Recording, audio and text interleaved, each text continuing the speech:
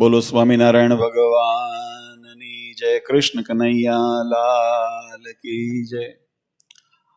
ભવ સંભવ ભીતિ ભેદનમ સુખ સંપદ કરુણા નિકેતનમ વ્રતદાન તપઃ ક્રિયાફલમ સહજાનંદ ગુરુમ ભજે સદા. વર્ણિવેશ રમણીય દર્શનમ મંદહાસ્ય રુચિરાનનાંબુજમ પૂજિતમ સુર નરોત્તમે મુદા ધર્મનંદનમહં વિચિંતયે. ત્વં સુકાંતભૃતં કાંતમ ત્વં કાંતમ સર્વદોગતમ ત્વં ગતે દ્વેગદેવત્વમ ત્વં વંદે ભક્તિકાસુતમ. સર્વાવતારી સર્વકારણના કારણ આપણા સૌના મોક્ષદાતા ઈષ્ટદેવ ભગવાન શ્રી સ્વામિનારાયણ. સ્વામિનારાયણ સંપ્રદાય દક્ષિણ વિભાગ અધિષ્ઠાતા દેવ વડતાલવાસી શ્રી લક્ષ્મીનારાયણ દેવ હરિકૃષ્ણ મહારાજ, અમદાવાદ બિરાજમાન શ્રી નરનારાયણ દેવની સ્મૃતિએ સહિત સ્વામિનારાયણ સંપ્રદાય લક્ષ્મીનારાયણ દેવ ગાદીનું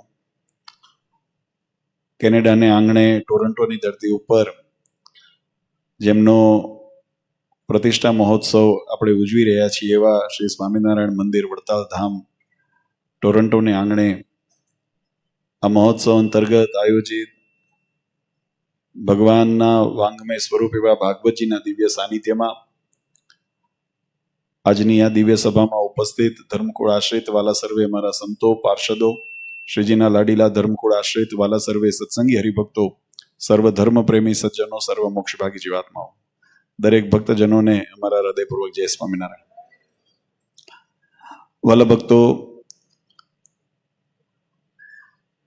ભગવાન શ્રી હરિની અસીમ કૃપાથી આપણા નવનિર્મિત સ્વામિનારાયણ મંદિર વડતાલ ધામને આંગણે દિવ્ય મૂર્તિ પ્રતિષ્ઠા મહોત્સવ ઉજવાઈ રહ્યો છે. આ મહોત્સવની પ્રત્યેક ક્ષણ, આ મહોત્સવને પ્રત્યેક પલ એ આપણા સૌના હૃદયની અંદર જો કંડારાઈ જાય અને વચનામૃતના શબ્દોને જો આપણે સાર્થક કરીએ અથવા તો મહારાજના વચનમાં જો વિશ્વાસ રાખીએ તો મહારાજે કીધું અંત સમયે જો આમાંથી કોઈ એક પ્રસંગની ઝલક યાદ આવી જાય, પછી અહીંયા કથાના કોઈ ચરિત્ર યાદ આવી જાય, આ રાસોત્સવ આપણે કર્યો, મટકી ફોડ કરી, ભગવાનનો બાલપ્રભુ કૃષ્ણચંદ્રનો આપણે પ્રાગટ્ય ઉત્સવ જે ઉજવ્યો, કે પછી છેલ્લે અહીંયા પ્રસાદ લીધો, એ યાદ આવે ને તોય કલ્યાણ થાય. હો, આ તો મોક્ષનું ભાતું છે. મહારાજ કે અંત સમય જો એવું કોઈ સ્મૃતિમાં આવી જાય ને એના અવલંબને કરીને ભગવાનની જો સ્મૃતિ થઈ આવે તો જીવાત્માનો બેડો પાર થઈ જાય. આમ તો આપણા શાસ્ત્રોની અંદર, વેદોની અંદર, ઉપનિષદોની અંદર, પુરાણોની અંદર ભગવાનના સ્વરૂપને અનાદિ અને અનંત વ્યાખ્યા કરવામાં આવી છે. ભગવાન સ્વામિનારાયણે પણ વચનામૃતની અંદર આ વાત લખી કે પરમાત્મા પોતાના ધામની અંદર સદા સાકાર દ્વિભુજ દિવ્ય મૂર્તિ એ ભગવાનની અખંડ બિરાજે છે. પણ એ ભગવાન પોતાના ભક્તોના કલ્યાણને અર્થે, પોતાના ભક્તોને નિજ સ્વરૂપનું સુખ આપવાને અર્થે,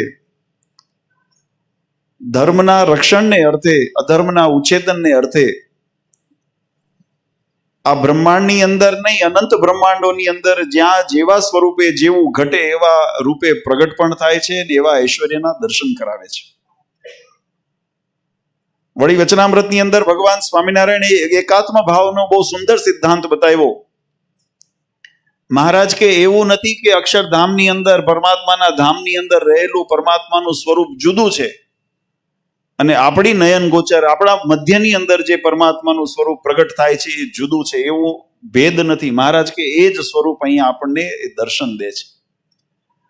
અને એ ન્યાયે ભગવાનના પ્રત્યેક લીલાઓ અથવા તો પ્રત્યેક કર્મ, પરમાત્માના પ્રત્યેક કાર્યો, એનો ઉદ્દેશ એ જીવાત્માનું કલ્યાણ રહેલું છે. ભગવાન કૃષ્ણચંદ્રે ગીતાજીની અંદર અર્જુનજીને ઉપદેશ આપતા એમ કીધું કે હે અર્જુન, મારા જન્મ અને કર્મને જે દિવ્ય જાણે છે એને પુનર્જન્મ ન વિદ્યતે, એને ફરી જન્મ મરણના ચક્રની અંદર આવવું પડતું નથી. પરમાત્મા અજન્મા છે અને અયોની જ શાસ્ત્રોની અંદર એમને બતાવ્યા છે. પણ છતાં જીવાત્માને સુખ આપવાને માટે અમે ઘણી વખત દ્રષ્ટાંત દઈએ છીએ, સહજ સમજાય એ રીતે, કે આપણા ઘરની અંદર નાનું બાળક હોય અને આપણે ઘરમાં પ્રવેશીએ અને બાળક દોડીને આપણને છાતીએ લાગવા અથવા તો આપણા ખભે ચડવા અથવા તો આપણા ખભા ઉપર બેસવા માટે એને ઉતાવળ હોય અથવા તો એને જ્યારે ઉત્સાહ હોય અને પોતાની નાની વયને કારણે એ ત્યાં પહોંચી શકતું નથી, એટલે આપણે વડીલ તરીકે શું કરીએ? આપણે વાંકા વળીએ અને એને ખોળામાં લઈને પોતાના ખભે બેસાડીએ. આ હું દ્રષ્ટાંત કાયમ દઉં છું.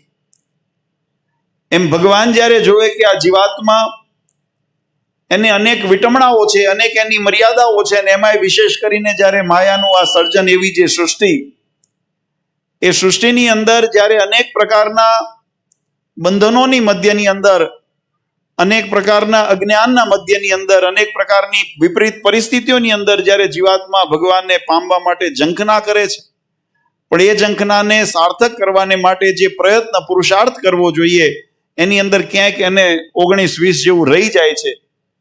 એટલે આ જીવ એવો સામર્થ્યવાન નથી બનતો કે ભગવાનને તાદ્રશ્ય રૂપે આ દેહે કરીને એની અનુભૂતિ કરી શકે. ત્યારે એ જ્યારે અષ્ટાંગ યોગની વાત કરી હતી, સિદ્ધ દશાની, એ જ્યારે સમાધિ આદિ અવસ્થા સુધી જીવાત્મા પહોંચે અને પોતાના આત્મ સ્વરૂપની નિષ્ઠા દ્રઢ કરે, ત્યારે એને પરમાત્માની અનુભૂતિ થાય. મહારાજે અંત્યના પહેલા વચનામૃતની અંદર એક બહુ સુંદર પ્રશ્નના ઉત્તરનો સિદ્ધાંત સમજાવ્યો છે.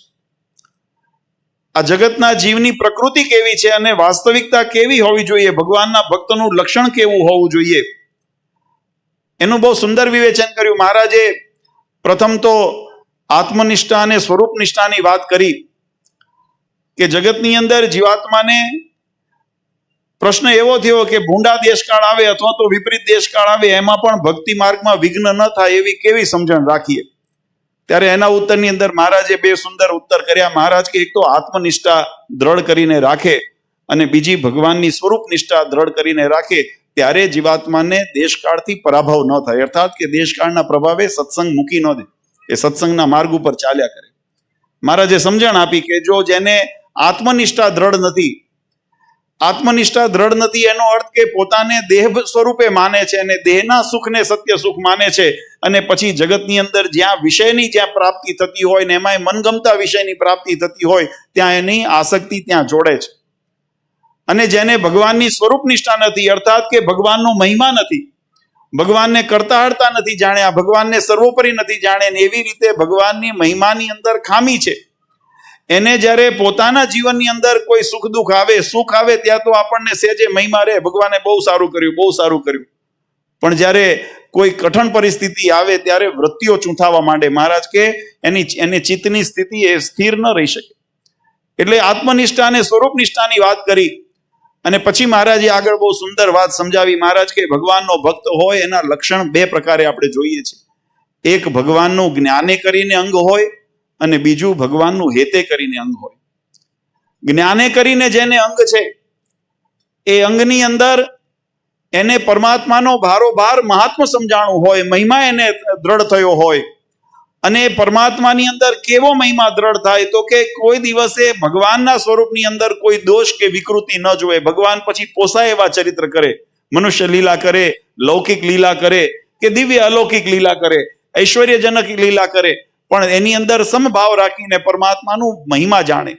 નહીં તો જગતની દ્રષ્ટિએ કેવું હોય કે ભગવાન જ્યારે જીવાત્માને કર્મ ફળ આપે છે ને તો એની અંદર કેવળ ભગવાન અને ભક્ત બે જ હોય છે, એમાં વચેટિયા કોઈ નથી હોતા. જીવાત્માનું કર્મ અને ભગવાન એના કર્મના ફળના પ્રદાતા. પણ જીવાત્મા કેવું સમજે કે આવું મારામાં દોષ નથી, પણ છતાંય મારા સાથે ભગવાને અન્યાય કર્યો એવો ભગવાનમાં દોષ જોવે. એટલે એની સમજણમાં, એટલે જ્ઞાન માર્ગની અંદર એટલી કચાશ કહેવાય. આપણા કર્મ ઉપર જો આપણે ધ્યાન દીધું હોય તો કર્મને ફળ એવું નિર્માણ થાય. અને બીજું મહારાજે ત્યાં જીણાભાઈ પ્રભાશંકર આદિના મહારાજે દ્રષ્ટાંત દીધા કે એમની જે સમજણ છે એ જ્ઞાન માર્ગની સમજણ છે. સંતોને પૂછ્યું તમારી સમજણ કેવી છે? તો કે અમને જ્ઞાનનું અંગ છે, ભગવાનનો મહિમા અમે સમજીએ છીએ, વેદ ઉપનિષદ પુરાણો દ્વારા ભગવાનની સર્વોપરી નિષ્ઠાને અમે દ્રઢ કરી છે, એ શાસ્ત્રના માધ્યમે કરીને જગતને નાશવંત જાણ્યું છે, જગતના પદાર્થોને નાશવંત જાણ્યા છે, એના વિષય વિકારથી અમે નિવૃત્ત થયા છીએ, અંતરશત્રુથી નિવૃત્ત થયા છીએ. આ બધું જ્ઞાનનો પ્રભાવ છે, સમજણનો પ્રભાવ છે. અને બીજું અંગ મહારાજે કીધું, ભગવાનને જેને હેતનું અંગ હોય, એ હેતના અંગની એની પ્રીત કેવી હોય, તો કે જેની સાથે હેત થયું હોય એના વિયોગની અંદર એક ક્ષણ માત્ર પણ રહી શકે નહીં, એટલે કે એની અખંડ સ્મૃતિ અથવા તો એનો યોગ કાયમ રાખે. આજે જે આપણે ભગવાન બાળપ્રભુ કૃષ્ણચંદ્રનો જે જન્મોત્સવ ઉજવ્યો ને, એમના ચરિત્રની અંદર, એ બાળલીલાની અંદર આપણે જોશું, ભગવાન દ્વારકાધીશ બન્યા કે મથુરાની અંદર મહારાજ પધાર્યા કે પછી કુરુક્ષેત્રના રણની અંદર પરમાત્મા પધાર્યા, ને જે ઐશ્વર્ય પ્રતાપના જે લીલાઓ પરમાત્માએ કરી, એમાં ભગવાનના ભગવાનપણાની અંદર પ્રતીતિ થાય, ઐશ્વર્યના દર્શન થાય, ભગવાનની મોટપના દર્શન થાય. પણ બાળપ્રભુ કૃષ્ણ ભગવાને જે ગોકુળ મથુરા વૃંદાવનની ગલીઓની અંદર જે ચરિત્રો કર્યા ને, એની અંદર જે હેત અને પ્રેમ જે છલકાય છે ને, એની કોઈ જોડ સીમા જોવા નથી મળતી. આપણે કથાના માધ્યમથી ભગવાન કૃષ્ણચંદ્રના બાળ ચરિત્ર જ્યારે શ્રવણ કરશું તો ખ્યાલ આવશે. એ ગોપિકાઓને પરમાત્મા વચનામૃતમાં મહારાજે લખ્યું. મહારાજ કે ગોપિકાઓની જેવી સ્થિતિ હતી, એમની જેવી સમજણ હતી, એમને પરમાત્મા સાથે જેવું હેત હતું, અને જેને હેતનું અંગ મહારાજ કે જેને હોય ને, એને પોતાના પીવું માટે, પોતાના ઈષ્ટ માટે, પોતાના જેને ગમતું, જેની સાથે હેત હોય એના માટે શું ન થાય. ન કરવાનું તો થાય, પણ ન કરવાનું થાય. મહારાજે દ્રષ્ટાંત દીધું કે જગતની અંદર કોઈ દુરાચારી હોય, ચોરાદીનું મહારાજે દ્રષ્ટાંત દીધું, એને જગત સાથે ભલે ગમે તેટલો ક્રૂર વર્તતો હોય, પણ પોતાના ઘરે જાય ને પોતાના પુત્ર પરિવારની જ્યારે સાથમાં બેઠો હોય ને, એની સાથે હેત છે, એ બીજાની ત્યાં ચોરી કરે, એનું અહિત કરે, પણ પોતાના બાળક કે પોતાના પરિવારનું અહિત ન કરે, એવી એને મમત્વ અને આત્મીયતા બંધાતી હોય. એમ ભગવાનનો જે ભક્ત છે એને ભગવાન અને ભગવાનના એકાંતિક સંતો ભક્તોની અંદર એવું હેત થાય કે ક્યારેય મન કર્મ વચ્ચે કોઈ દિવસ એની ઈર્ષા ન થાય, કે એનો કોઈ દિવસ દ્વેષ ન થાય. આવી જેની સમજણ હોય એને એ હેતનું અંગ કીધું. અને મહારાજ કે જેને આ બેમાંથી જ્ઞાનનું અંગ પણ નથી અને હેતનું અંગ પણ નથી, એને અમે ચાળા ચૂથણીઓ કહીએ છીએ. મહારાજે કેવો શબ્દ વાપર્યો, ચાળા ચૂથણીઓ કહીએ છીએ. ચાળા ચૂથણીઓ એટલે એને જગતના વિષયોની અંદર એને ડાપણ કરવાની અથવા તો એની આસક્તિ અહીંયા ડોળાય છે, પણ ભગવાનને રાજી કરવાનો જે ખપ છે અથવા તો એવી જે આપણી અંદર પાત્રતા કેળવવાની જે આપણી જરૂર છે, એના ઉપર એનું ધ્યાન કેન્દ્રિત નથી. એટલા માટે આ સત્સંગના માધ્યમે કરીને જીવાત્મા જ્યારે પોતાની આત્મનિષ્ઠાને દ્રઢ કરે, ભગવાનના મહિમા સમજીને ભગવાનની સ્વરૂપ નિષ્ઠાને દ્રઢ કરે, પોતાની અંદર રહેલા નાના મોટા જે કોઈ દોષ હોય, વિકારો હોય, એને ટાળવા પ્રયત્ન કરે અને ભગવાનને રાજી થઈને જે વર્તવા પ્રયત્ન કરે, મહારાજ કે એ જ સાચો સત્સંગની રીત છે ને એ જ કલ્યાણનું મોક્ષનું સાધન છે. એને પોષણ આપવાને માટે વાલા ભક્તો આપણે આ મંદિર નિર્માણ થયું છે અને આવો દિવ્ય ઉત્સવ આપણે ઉજવી રહ્યા છીએ. આજે જેમ ભગવાનને મેં શરૂઆતમાં વાત કરી કે શાસ્ત્રોની અંદર ભગવાનને અજન્મા કીધા છે, પણ છતાંય પરમાત્મા જીવાત્માના કલ્યાણને અર્થે ઘણી વખત ઘણા એવો તર્ક કરે કે ભગવાન તો જો જન્મતા નથી તો તમે પ્રાગટ્ય ઉત્સવ કેનો ઉજવો છો? આ પ્રાગટ્ય ઉત્સવ તો એક લીલા છે, ભગવાનની અનંત લીલાઓ છે. એ પૈકી ભગવાને જ્યારે કોઈ અવતારને વિશે ધારણ કર્યો હોય અને અવતાર ચરિત્ર કરવાનો પ્રારંભ જે સ્થાનથી કરે, એટલે એ પરમાત્માનો પ્રાગટ્ય ઉત્સવ અને ભગવાનની તિરોધાન લીલા, આ બે લીલાઓને પણ શાસ્ત્રોએ દિવ્ય કરી છે. એને મનુષ્ય ભાવથી નથી. આ પ્રાગટ્ય પણ મનુષ્ય, આપણે ત્યાં બાળક જન્મે ને એને યોનિથી જન્મે, આપણે જાણીએ 4 પ્રકારે ઉત્પત્તિ શાસ્ત્રોની અંદર બતાવી છે.